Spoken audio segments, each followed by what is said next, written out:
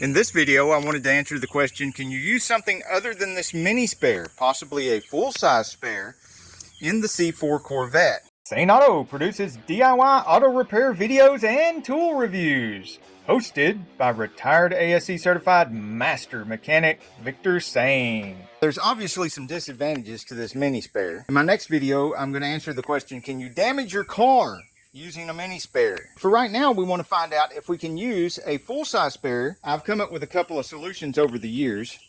Number one, I have this BMW wheel and tires from like a mid-90s BMW, and I wish I could remember which BMW and exactly what year so I could tell you. The closest I can get you is mid-90s BMW, and this was a full-size spare on the BMW. It's not exactly full-size for the Corvette, because you can see here's the Corvette wheel and tire. There's the BMW wheel and tire. When I stand these up, you can see that they're almost exactly the same height. They're also much closer to the same width. Look at this mini spare by comparison. I mean, come on. Now, you might be wondering, why is that mini spare so tall? Well, one of the reasons why it's so tall is still not as tall as the full-size tire, but it's that way to minimize the damage that I'll be talking about in my other video. Now, the other method I've used in order to come up with a full-size spare for the C4 Corvette is I buy a whole set of good used wheels and tires, either off the internet or from a junkyard. And you'll notice these aren't exactly the same. This is the original wheel and tire for this 1985 C4 Corvette. And this is part of a set that I bought of 4. And I paid the same amount for all 4 of these wheels and tires as what you normally pay for just a replacement wheel with no tire on it or anything. Now, if you're not in a bind and you've got plenty of time, you can search around on the internet, you can call junkyards and stuff, and you're not under the gun, you don't need a wheel right then, you can spend some time searching around and get a deal. So I would suggest don't wait until you absolutely need a wheel and tire.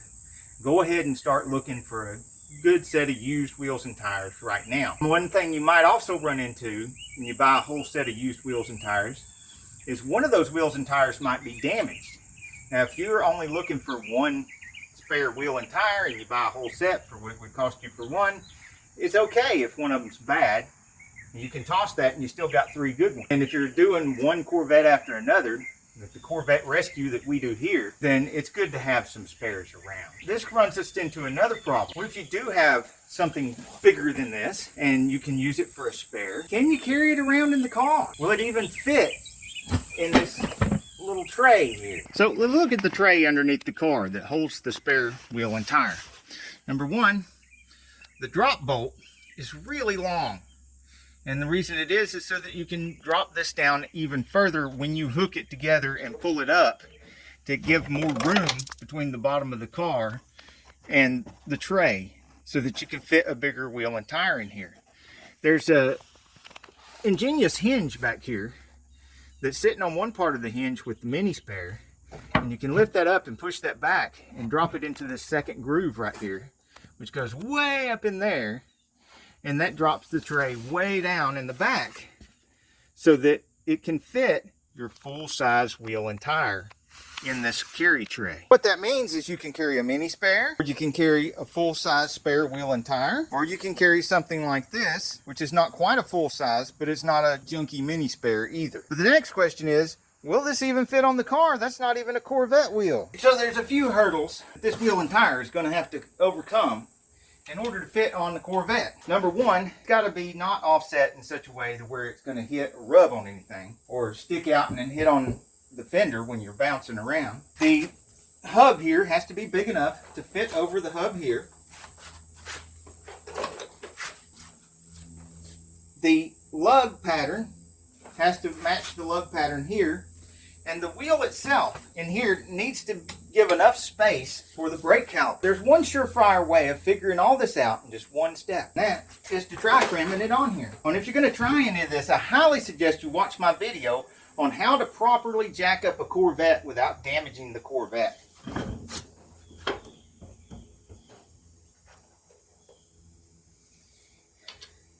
All these other videos are in the Corvette repair playlist. And there's a lot of them, and there's going to be a lot more. Well, I love this Milwaukee, man. I'm telling you. No more air hoses. I don't even have to turn the air compressor on most days anymore. Of course, you would put more than 2 lug nuts on there if you're going to change in a tire. I'm just checking to see if this thing's going to fit. And look at there. Yes, it does. But the car's in park right now, so I'm not going to be able to do anything. But I can reach back here, and I can feel that there is room between the brake caliper and the wheel.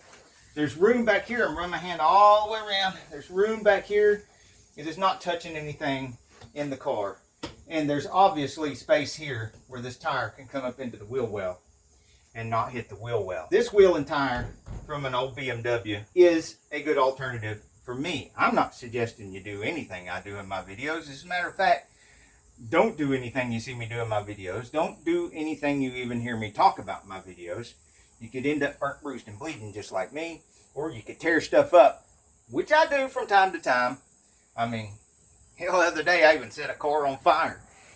But if you do insist on doing this stuff at your own risk, I hope that what something you saw in my videos or something I told you in my videos prevented you from setting a car on fire or helped you save some money or save some time. In case you're wondering about the flip sockets, these are just the Aries flip sockets that I got from Amazon.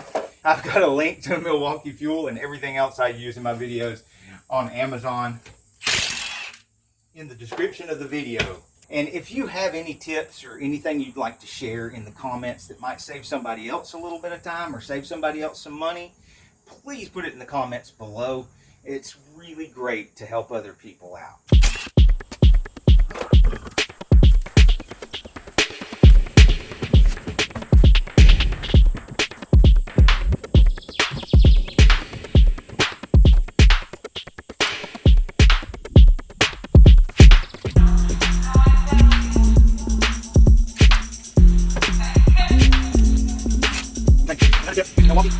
Wheels are shutting on. Turn the power down. These things are way too powerful. On full power.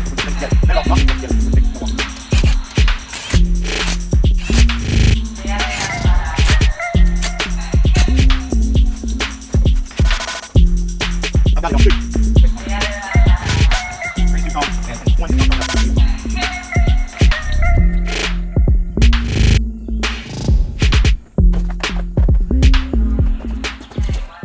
Hey, if you like this video, we got a whole lot more. We've got tool reviews, we've got repair videos, we've got show car videos, hot rods, mod rods, you name it. If it's got wheels on it and an engine, it's probably on this channel. So subscribe, like, and binge watch Saneauto. Binge watch Saneauto.